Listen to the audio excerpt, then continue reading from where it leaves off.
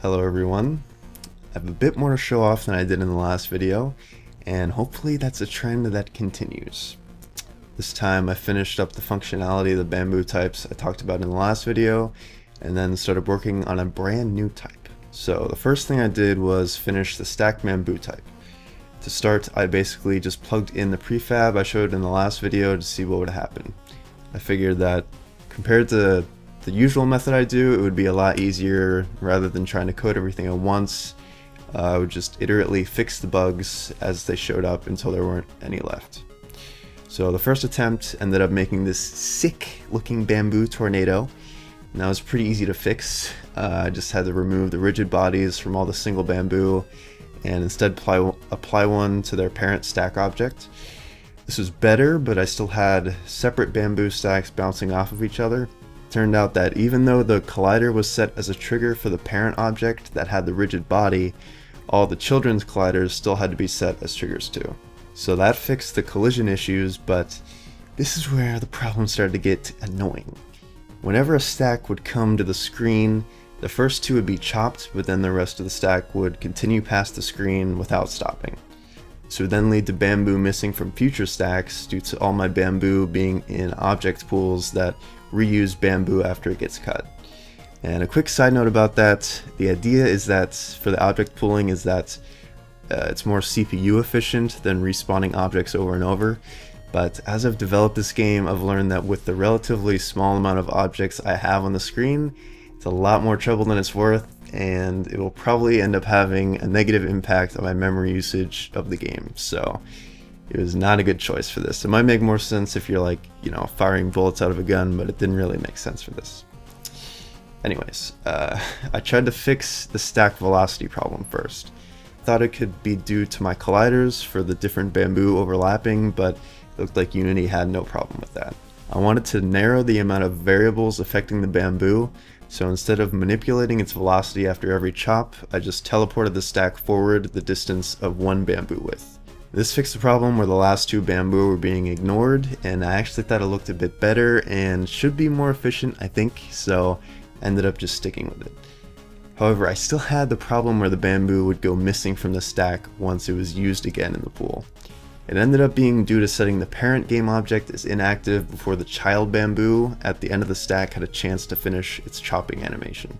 Rather than tying a script to the final bamboo that set the parent as inactive, I just added a coroutine that waits for half a second to let the animation finish. It might be slightly inefficient, but whatever, it's one coroutine, whatever. After doing that, fixing the score updates and adding a game over flag for not chopping the stack, I had the basic foundation finished. It was then that I realized that the player could just spam the controls to cut the stack, so to fix that, I made it so hitting the key opposite the one you were supposed to hit would cause a fail state.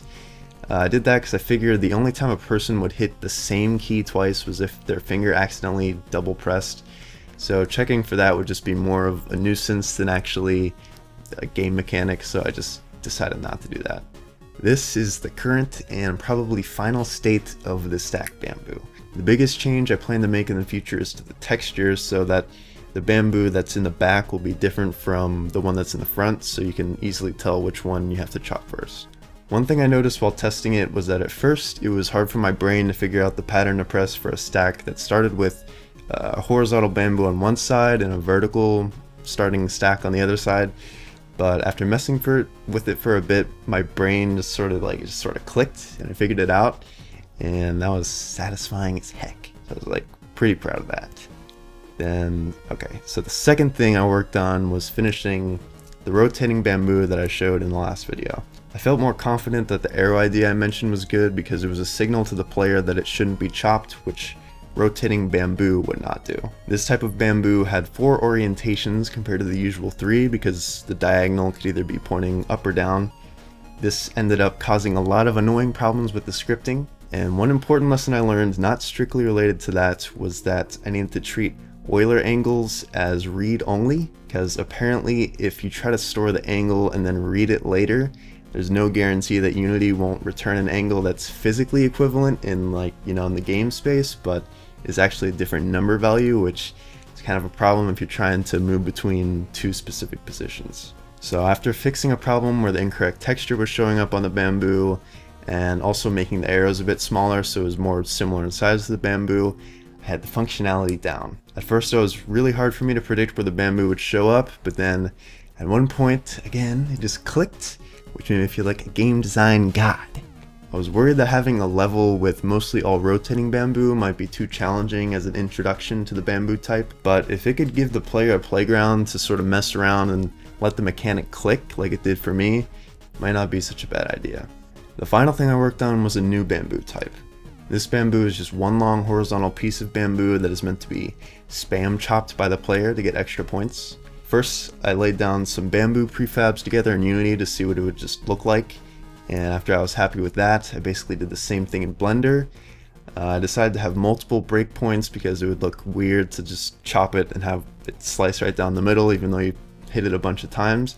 So after mapping that out, I took a cylinder, sliced it up into 7 different pieces, and the idea was that instead of animating the separate pieces in Blender, because that would be really annoying, I would just let the physics in Unity take care of it. So plugged that all in, and at the first test I accidentally gave the player points when the button was held down instead of just pressed individually, and didn't properly delete the bamboo, so you could basically get infinite points.